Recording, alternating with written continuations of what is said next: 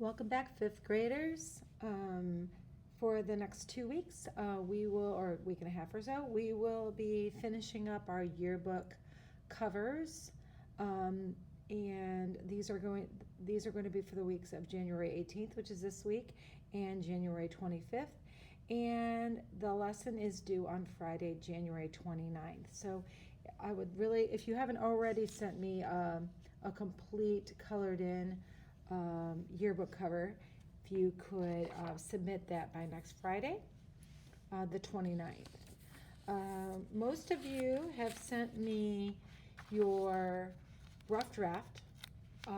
Some of you have already Sharpied it or outlined it with some type of marker. Some of you are maybe waiting until you have your colored markers, and maybe then you're going to go over some of your lines then. You don't have to Sharpie your lines. You can see that this is mine, and I've Sharpied all of my lines. It just helps all of the important parts of the lesson stand out. Remember, we're exploring graphic design and creating a yearbook cover with an organized layout. So you can see that this layout's very organized, and it follows the theme of Hawks Rise 2020 and 2021 yearbook and our 25th anniversary. So I just want to make a couple of pointers on coloring your background. I usually start, or coloring your yearbook color, I usually start coloring like letters and important images first before I do the background. And I usually like to use a smaller markers and things for the letters and things. So you can see I have some smaller markers here. And then the background, I tend to use some larger markers, or you can use crayons. Just make sure if you use crayons that you press really, really hard. And if you use colored pencils, the same thing. If you don't press hard, when you take a picture of it, the color's not going to show up. So just keep that in mind. You can use any colors you want. I know that Hawks Rise school colors are teal with white or black or gray or some type of neutral color. So if you have a teal, great. If you don't, a lot of the artwork that has been submitted to me doesn't have teal in it at all. So you can choose. You want to make sure that anything that's important to your design is emphasized. So really focus on the things that are important. The words Hawks Rise is very important. If you have a beautiful hawk on your page, that's important. You want to spend extra time on that. If you have an interesting 25, really make it stand out with your colors, not only your lines and shapes that you put in, but also the colors that you use to color it in. So you can color all your letters the same color, you can make a pattern, there's so many options. The goal is to make yours unique, so try and find ways to make it stand out, okay? That's just an example of how you can color in letters. I want to talk a little bit, I'm not going to color mine all in, of course, but I just want to talk a little bit about the background. Now the background, you can just color it in. You can leave parts white. You could put a pattern. So for instance, like this section here, I could color this in with a thicker marker. You can see how I'm doing that right now. And I could maybe do each of these sections a different color, for instance.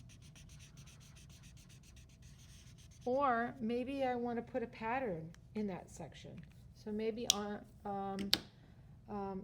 want to take a section like this, and maybe I just want to put some type of pattern back there. So maybe I want to put maybe some polka dots.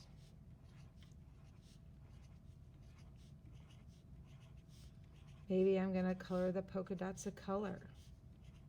Maybe I'm going to make stripes. Something to make that stand out. I'm just putting polka dots on here, just to give you an example. You can use wavy lines, zigzag lines. You can use different shapes. But if you have some type of patterns, you might want to repeat. So if I do patterns over here, maybe I would do patterns diagonally over here, or maybe I'll have a different pattern in each one. Maybe I'll put patterns on top of an existing color. So maybe I would come in here and make patterns on top.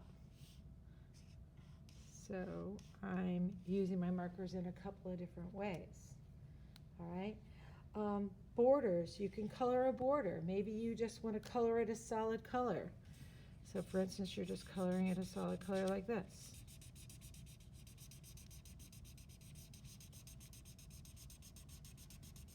Or maybe, I'm not doing all these things, I'm just showing you some examples. Maybe you want to make a pattern. Yeah, maybe you're making some type of pattern on your border.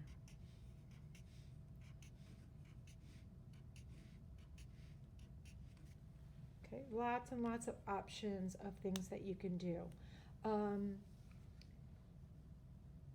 Try not to do too many different tricks because sometimes it can look confusing. Maybe try a couple and stick with it.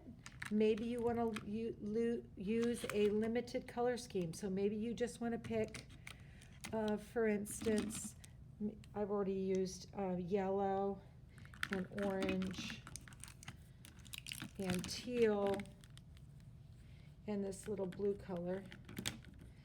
So maybe I just am going to repeat those colors over and over and over again throughout my design, and I'm just sticking with this 4-color scheme. Maybe I'm not. I'm just giving you options. So maybe this yellow is going to be repeated down here with the zigzag. Maybe this orange is going to be repeated up here. Maybe this teal is going to be used again near the bottom. Maybe this pattern is going to be used all the way around. Okay, so I just want you to think about those kind of things when you're coloring them in. All right, once you are finished coloring in your yearbook cover, you are going to take a picture of it like you have been and send it to me by the 29th, and you will be done. And then you'll be ready for our next lesson.